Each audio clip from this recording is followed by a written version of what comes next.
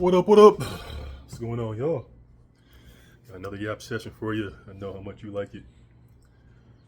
So no one watches these videos yet. No one watches them yet. I'll get there one day. Hope you're doing well, as always. I know you will, eventually. You wouldn't be here if you didn't want to do well or do good by yourself. Hopefully you're being kind to yourself so you can spread that kindness out to other people. I'm not sure when I'm going to upload this one, but I know the previous video I did talked about being kind and how important that is. This is going to be kind of a follow-up to that about, I'm not sure what I'm going to title this one, but about how you can't be nice to people. You should always be kind. Don't even be nice to yourself, be kind to yourself. And how you can't expect other people to be kind back to you. And all of your actions at the end of the day are rooted in kindness. I've been doing a lot of reflecting recently about, where I am in life and what has got me to this point. Because, I read a whole bunch of books and articles and watched a lot of videos about how the vast majority of the actions that we do on a day-to-day basis are pretty much done subconsciously. We actually don't have a whole lot of sway on what we do and how we kind of move in the world. We kind of want to think we do. Our egos at least want to kind of lie to us and say that, oh yeah, I did this because I wanted to, or because I needed to, or this different unhealthy copes. When at the end of the day, we're all just passengers, and we're all just going off of our wiring and our environments and things that we have very little control over. But for the past 10 years, I'm 31 now. For the past 10 years, after I kind of left my parents and kind of went out on my own and kind of was dealing with dealing with a whole bunch of just really unkind people, I would get closer and closer and closer to them and I thought that it was consciously, I thought I was doing that so I can kind of, understand them and really try to, better myself as a person, which was technically true. But more I reflect and the more I see like where I am now in relation to them, to the people who I was getting closer to, I can now see, subconsciously, I was pretty much doing the whole keep your friends close and your enemies closer type deal, where I was surrounding myself with my enemies. I was surrounding myself with people who hated me, who obviously like love and hate, same spectrum or whatever, but people who weren't very kind to me. And I always think of that saying, if they're willing to do that to you, and you're a pretty, powerful person, they're willing to do that to anybody. And that's those are dangerous people, because those people are very delusional.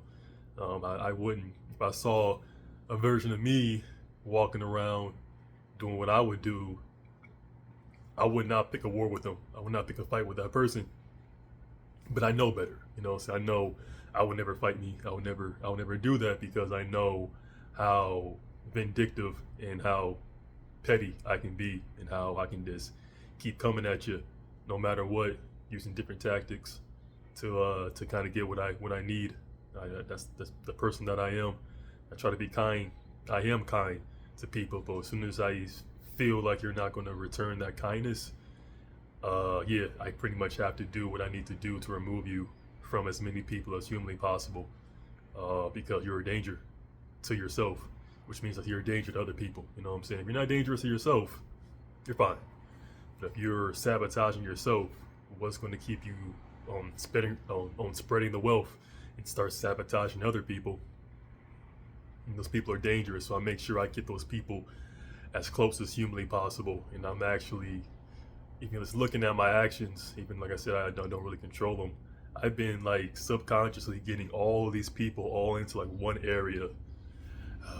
I'm a little scared about what subconsciously I'm doing. I'm a little fearful, because I got something cooking. I don't really know what exactly I'm doing consciously, but I know I'm just getting all these people in order. So whenever I do what I'm going to do, I at least have a clear picture of what's going to happen. I have some semblance of what I want to do, but even then, I don't know how it's going to end. I truly don't. I never really do. It never ends the way that you think it is. But going off of my history, I know that it always, in the long term, ends out well for me. I'm a pretty lucky person, honestly. I always fail forward, no matter what I do, and it's pretty remarkable, pretty incredible. That's why so many people gravitate towards me. Anyway, back on subject about being nice and reflecting on those things. I just today, I talk about today. I've been kind of having a issue with a dentist that I've been going to, and I knew going to these dentists, I can just tell that they were very two-faced. They were very nice people, not kind, very, very nice people. And I knew that they were connected to other people who are also very nice people. So I knew I had to be close to them to see how dangerous they are, and to see what they were capable of doing to other people who aren't as powerful as I am and who aren't as courageous as I am to say the quiet part out loud and really kind of take them to task about what they're doing. But long story short, I have a specific type of insurance with my old union where we have like teeth cleanings. We have a couple of services that we get to where we don't actually get billed. They build our insurance, and then we don't actually have to pay out of pocket for it. I ended up getting like a $2,000 bill because I had like a verbal agreement with one of the receptionists and also one of the doctors about I'm just doing what's on my insurance so I don't get a bill. You know what I'm saying? There's certain things that I'm allowed to have yearly that I just want to get them done now and then come back next year and keep doing these things over and over again. But they took it upon themselves to have me do a different type of regimen that was not on my insurance and that I had to pay out of pocket. And I understand why they did that. I understand, like I said, there's more to this than the service level. I'm definitely noticing that now. I'm coming to terms with it now. I've always noticed it, that whenever there's some type of injustice, whenever someone's trying to get over on you, there's always other people involved. It's not just a one-on-one type thing. Because people talk, people are very well connected in the city I live in. Cleveland is a very small city, so I know people talk and people kind of get in communication. So I know, at least for myself, that people know about me. They might not admit it. They know about me, and I can definitely tell. So they knew about me, and that's kind of why they went down the road that they went. And I confronted them a couple months ago about it, and then the new receptionist said, "Hey, let's try to get this rectified," because I was telling them that this wasn't what I agreed to. This isn't what I wanted. Don't charge me for something that I did not want. I told you, and I told the doctor to go off of what I'm here for, not for what you want to charge me, because you want to charge people for shit. And since most people just pay it because they think you know best, that doesn't mean that you're not being abusive. You're not being abusive of power. And you know that you are. You understand that you are. You want to have this nice building that you're in, have all these employees, if you weren't taking more than what you're giving back. That's how that works. You know what I'm saying? Unfortunately, that's how it is, at least in this country, and most of the world, that's how it works. That's how you have all these big things and all these great things, because you're gaining more profit than what you're actually putting out in benefits. And you just hope to do that for long enough to where people don't notice. But I was getting kind of frustrated with them about that, and I hope that we can get to some type of conclusion together to like figure this out. But they didn't. They got a debt collector against me for the money, and I just recently went over to them and kind of just told them that this is clearly discrimination, this is clearly racism, this is clearly you're targeting different people, and this is clearly something that you do, and you just never expected to get caught by it. And they did the whole PR by the book, cowardly, where we're just going off of our protocol, this, that, and the third.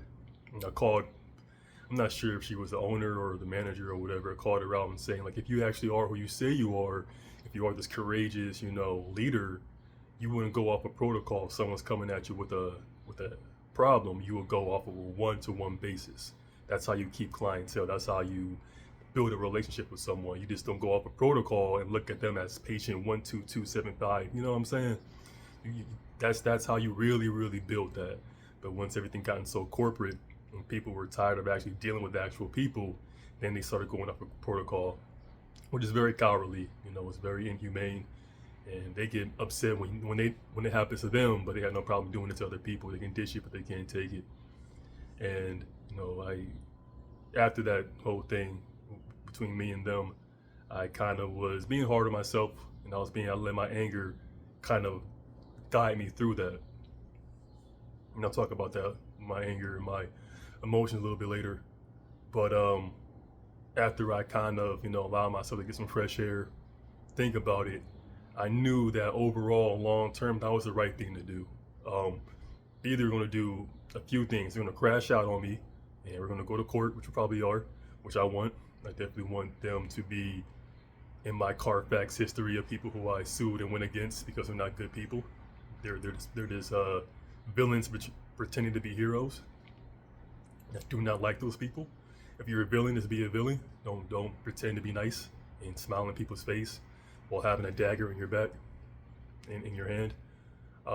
They're either gonna crash out on me. They're actually gonna learn from this and stop doing this, or they're gonna do something in between. But I've kind of going back off what I was saying. I don't expect those people to change. You really can't expect people like that to change. I was thinking about a whole bunch of examples. Earlier today, I was thinking about, how kind can you be to people? And kind people, everything that they do is out of kindness. An example I was thinking of was Goku versus Frieza. And at the end of the fight, when Goku was leaving and Frieza, cut himself in half, and Goku gave him some of his energy so he can kind of live to fight another day. That's who Goku is. He liked the fact that Frieza pushed him to his limits, so he kind of wanted to keep fighting him since he's a fighter. And he was flying away, and instead of Goku thought that he would use that kindness that he received to be like, oh wow, I should change my ways and go do good things. No, Frieza has been that way his entire life. He's not going to change because someone's being kind to him. He's going to continue being who he's being. So he fired a beam at him. And obviously, Goku, being who he is, was like, oh, okay, you're not going to change. And neither is Goku. Because if Goku was different, he would have been like, you know what? He's going through something. He's not in his right mind. I'm just going to just block this energy beam and keep going. No, he blew him up. That was the right thing to do because that's who he is. They were both being who they were. And Goku was, I don't want to say naive, but he was very optimistic that he might have a change of heart in that specific instance. But his ego was so out of whack. How do you expect someone just to change that quickly? That change takes years. And in many cases, he's not going to change on the spot. And I definitely empathize with both people, but especially Goku, for showing him that kindness of being like, hey, I just saw you genocide all these people, do these terrible things, blow up my best friend, endanger all these people, and I'm still going to be kind to you because that's who I am. I'm going to be kind to myself because if the roles were reversed, I would expect the same treatment. And but at the same time, he didn't empathize far enough. He didn't empathize enough with Frieza to understand he's not going to change, especially for you. You're the last person he's going to change for. And he did what he was put on this earth to do. He's put on the show to do, or the manga to do, and Goku returned it. And that's kind of how the world is. You know what I'm saying? You can't really expect people just to change because you're being kind to them. That kindness isn't for them. That kindness is for yourself. That's what you want to see. That's what you want to put out into the world, is that kindness. And another example that came into my mind, that a game that I resonate with a lot, and I'll make a video about it, is Fire Emblem Three Houses. Fire Emblem is my favorite video game series, at least one of them. And I empathize with Dimitri from Three Houses in a lot of ways. Me and him are birds of a feather. But spoilers for the end of the game, he goes up into his antagonist. He after them having this long beef, this long rivalry, and at the end of it, he kind of extends his hand out, kind of like in friendship, being like, hey, I understand we had this whole thing going on for a long time, but we can get past it. I'm willing to work with you or whatever. And what that person did was take a dagger, throw it at him, and it hit him somewhere in his chest. And in that moment, he had to realize that, oh, this person isn't going to change, especially not for me. Like, they are who they are, I am who I am. No amount of kindness is going to change them. That kindness wasn't for them, that kindness was for myself.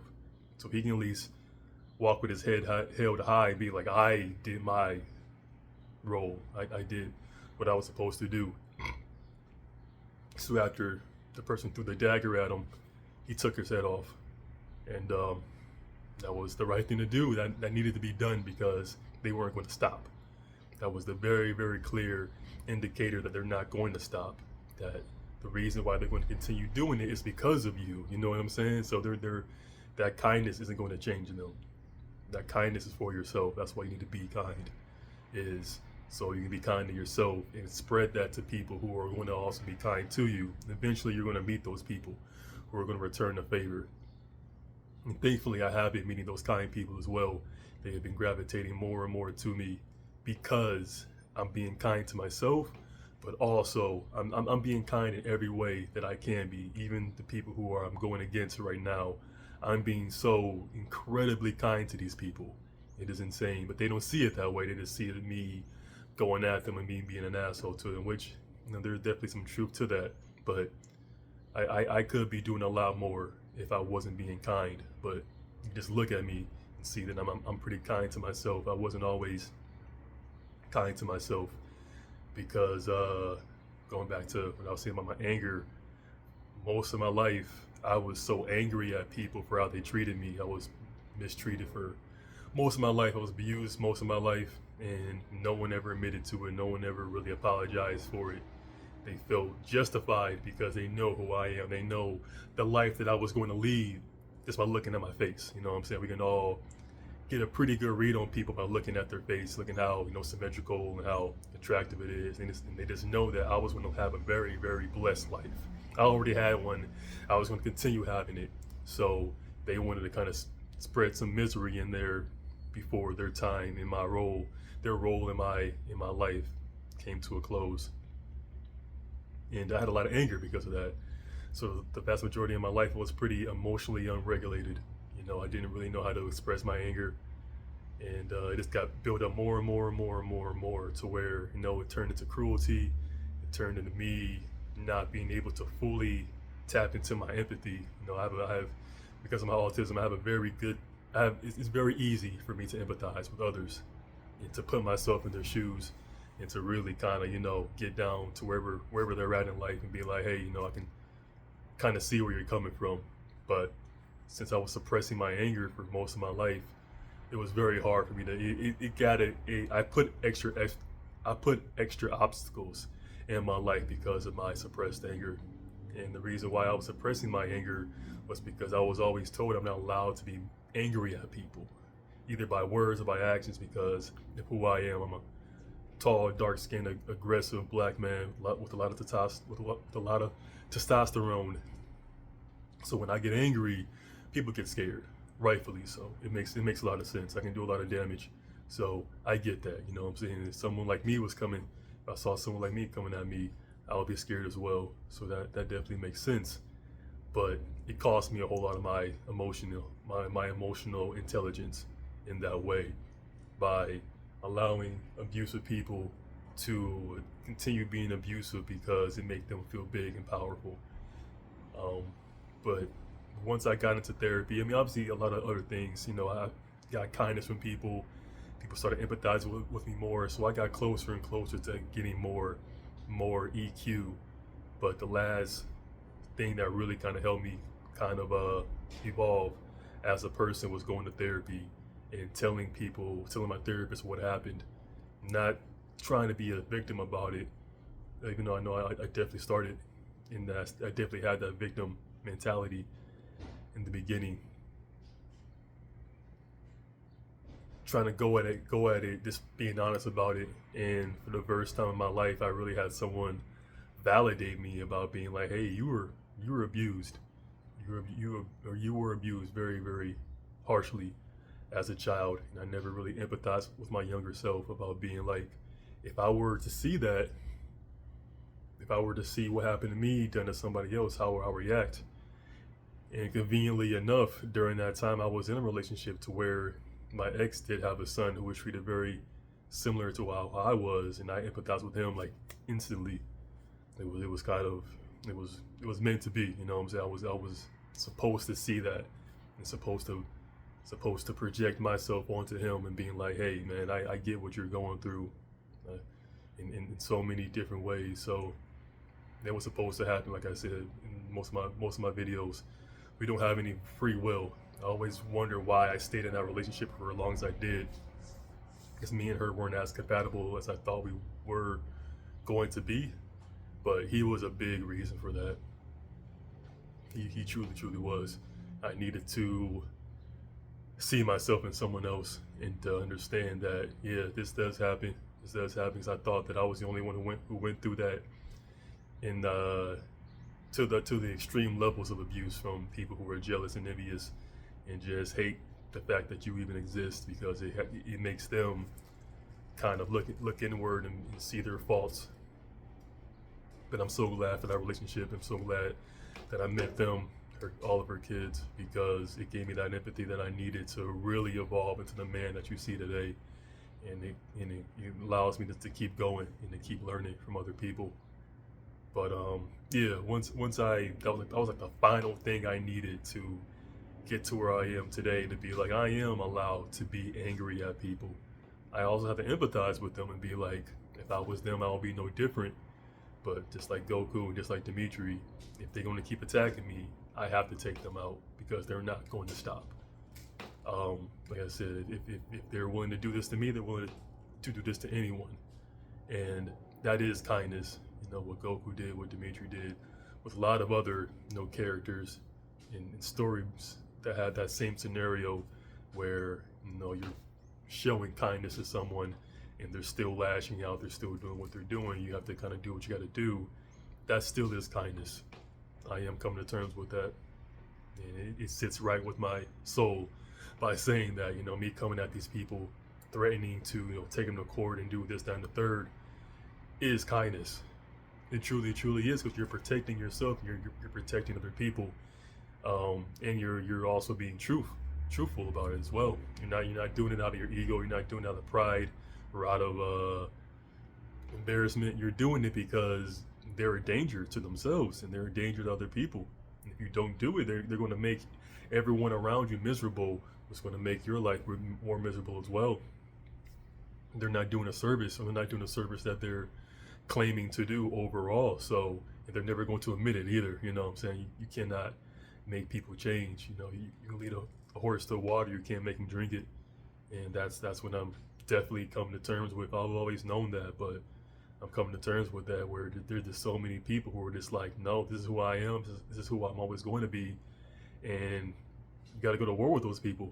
You have to go to war with in ideals and in lifestyle, in every way, shape, or form, because they're not going to stop ever. And if they're not going to stop, we can't stop either. We got to keep the resistance going, So that's kind of what I'm doing, and it does make relationships harder, because I do have a very hectic life because of that. I'm always going to have a target on my back. I'm always going to have people who aren't going to like me, and it definitely puts people who are close to me in danger. But I'm doing what I was put on this earth to do. You know what I'm saying? If I was doing anything else, I'll be lying to myself. I do empathize, or not empathize, what I'm looking for. I do envy people who just have regular lives, who just go home and watch TV, play games, and don't really, keep their head down, have a very mundane life, Groundhog's Day, as people say. They don't really have a huge impact, in life, but they're pretty content. They're a lot of them are miserable, honestly. I ain't gonna lie to you. But I do envy them to an extent, because that's a life I can never have. I can never be that person who just comes home and just sees all the injustice going on in the world and just be like, better him than me. I can't do anything about it, or whatever. I'm not going to get mad at them anymore, or get too angry at them anymore, because they're doing what they're putting themselves to do. They're in the background for a reason. So you gotta let them do what they gotta do. We're all still part of this cog of this great machine, but some people are bigger cogs than others, and I'm very grateful and blessed to be a pretty big cog, to where I know my actions and my words hold so much weight that I can really make a huge change, and I have. I see it every single day, and I'm very, very grateful to have the opportunity to bring that change into people, to have that impact into people's lives. That's why I'm doing this right now. It's another way for me to bring that impact and kind of get people that validation, people who are similar to me, to being like, hey, this is your time to keep going, your call to action. You are definitely needed out here, especially here in Cleveland. I would definitely love to see more people like me out here, even though it is not for the faint of heart. You're not going to have an amazing time, but overall, it's worth it. It's absolutely worth it. It's very validating, seeing how people, reactions that you get from people by just standing up and standing your ground, and see how much they will just lie to themselves to kind of keep the status quo, knowing that their time's coming, that their time's coming to an end. It's very validating. It gets me up in the morning every single day, and it makes me feel good about who I am and what I've done. Even though people made me feel like I was a bad person, I was wrong, and this, that, and the third. I know I'm not. I know I never was. I never claimed to be a good person. I just try to do good and try to be kind every single day to get where I need to go in life, and really make a huge impact. I want to leave this world with a bunch of scars. I don't want to leave here, unscathed, and just kind of have like an easy kind of carefree life. No, I want to really go. I want to have so many battles, so many scars from those battles. I really, really want to be remembered. We all do at the end of the day. And my tea's, I'm making some more ginger tea over there. Smell it. It smells real good. I want to have as many scars as possible. I want to have the biggest impact as possible, while harming the few amount of people as possible. I'm not trying to be a tyrant or a warmonger. I just want to do what I was put on this earth to do, and make an impact. And hopefully people appreciate that. I know people do. I ain't gonna say hopefully. People do appreciate me. I see it every single day. So many people do it in private. They can't really do it in public, because it will put them in danger. But a lot of people appreciate what I'm doing. They see what I'm doing, and they're like, keep going. I'm like, I appreciate you, man. I'll never stop, because I know I'm needed out here. I'm needed. I'm not wanted. Ooh, I'm not wanted. But I'm needed. And I understand that now. So I appreciate y'all. This is damn near half an hour yap session. But I'm still not sure what I'm going to name this one, but I'm going to put this up pretty soon, because I know this one's going to be a pretty good one. I feel like this one definitely came from the heart, definitely off the top of the head. But yeah, don't be nice out here. If you're kind, all your actions are kind, even if people might not see it that way. Sometimes you got to take people out. What I'm saying? Like I said, we're animals, we're humans, we're a species that have war, that goes to war, and we have to evolve past it, but we can't ignore what we're doing right now. We can all go to wars in different ways. We don't have to technically kill each other physically in the physical realm. We can just go to war and kind of be like, hey, you can't continue doing this anymore. You're causing so much harm and chaos just because of how you feel and how you think you are, your ego, your pride, and all that fun stuff. We can't continue doing this. So, stay the course, stay strong. You are on the side of history that's going to be remembered. I don't know if it's the right side, but it's the side that's going to be remembered, and the side that's going to be cherished. And I know I am going to be remembered for who I am, and not for what people think that I am. That's also why I'm doing this, so people can actually see a clearer picture of me, and not what people tell them that I am. I feel like I'm pretty authentic on these. This is kind of who I am. 75% of the time. There's layers to me, obviously, but I'm a pretty low-key kind of guy. I don't try to do too much, do too little. I try to min-max my life as much as humanly possible. But that's it. I'm gonna have another one for you tomorrow probably, and we're gonna keep this going. Better days are ahead. I keep fighting. I'll take it easy.